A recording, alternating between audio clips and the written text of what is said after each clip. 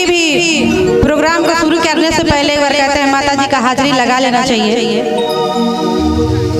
तो मैं चाहूंगी कि माता जी की हाजिरी लगाएं। कहना है ना, या देवी सर्वभूतेषु शक्ति रूपेण संस्थिता नमस्तस्यै नमस्तस्यै नमस्तस्यै नमो नमः। तो प्रेम से बोलेंगे दुर्गा मैया की। क्या बात कहना है, ज्योत जगी है मैया की और शुभ मुहूर्त है।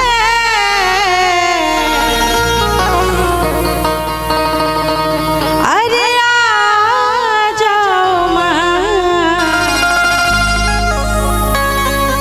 हमें तेरी जरूरत है। मैं चाहूंगी जिनको जिनको माँ की जरूरत है एक बार जोरदार ताली बजाएंगे और दोनों हाथ ऊपर करेंगे। सभी लोग, चाचा जी आप लोग भी कहना है भैया आप लोग नहीं उठे, ताली बजाइए। और ज्योत जगी है मैया की और शुभ मुहूर्त है। अरे आ जाओ माँ, हमें तेरी जरूरत है।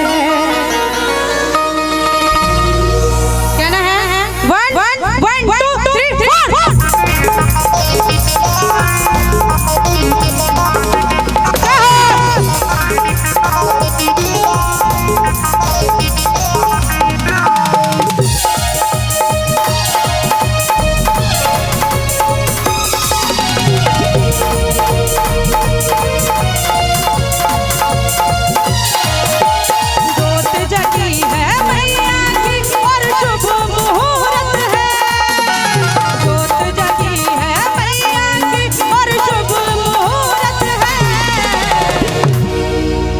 जरा दोनों हाथ उठा लीजिए आप लोग।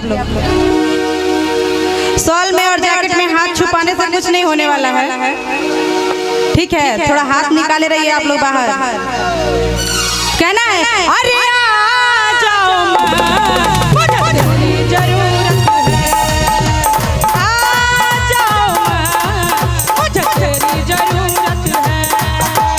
ज्योत जगी है मैया की और शुभ मुहूर्त है। ज्योत जगी है मैया की और शुभ मुहूर्त है।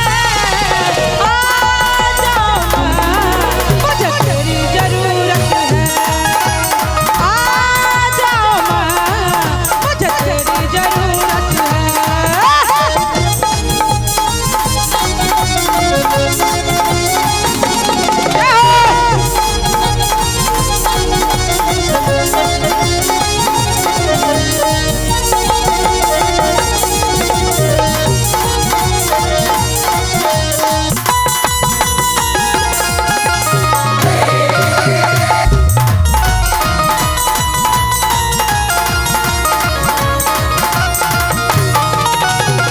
और आगे कहना है, सुंदर सजाया मैया तेरा ये दरबार है।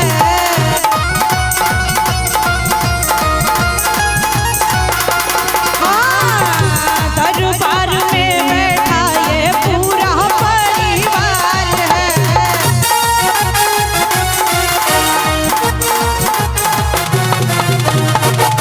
सुंदर सजाया मैया तेरा ये दरबार है।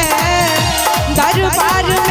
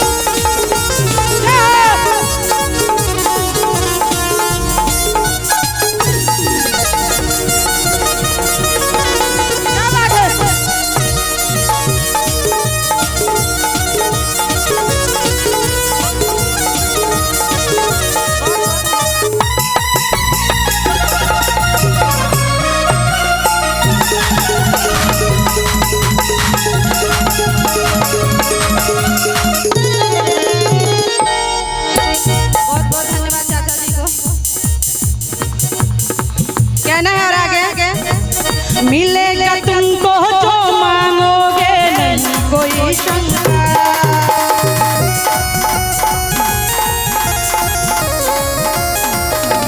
हाँ, सारे जग में बजता है मेरी मैया का डंका।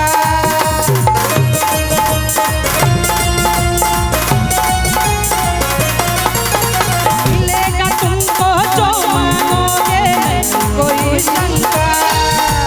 सारे जग में बजता है मेरी मैया का डंका।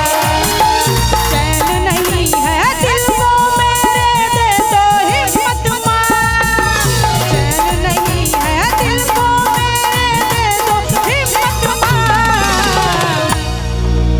लास्ट लाइन है, मैं चाहूंगी आप लोग थोड़ा साथ दे दीजिए मेरा। हाथ उठा लीजिए सभी लोग। मीठी मीठी ताली के साथ कहना है, अरे आ जाओ मुझे तेरी जरूरत है। आ जाओ मुझे तेरी जरूरत है। सोच जगी है मैया की और शुभ मुहूर्त है। सोच जगी है मैया की और शुभ मुहूर्त है। आ जाओ मुझे तेरी जरूरत है। आ जाओ मुझे तेरी जरूरत है। आ जाओ मुझे तेरी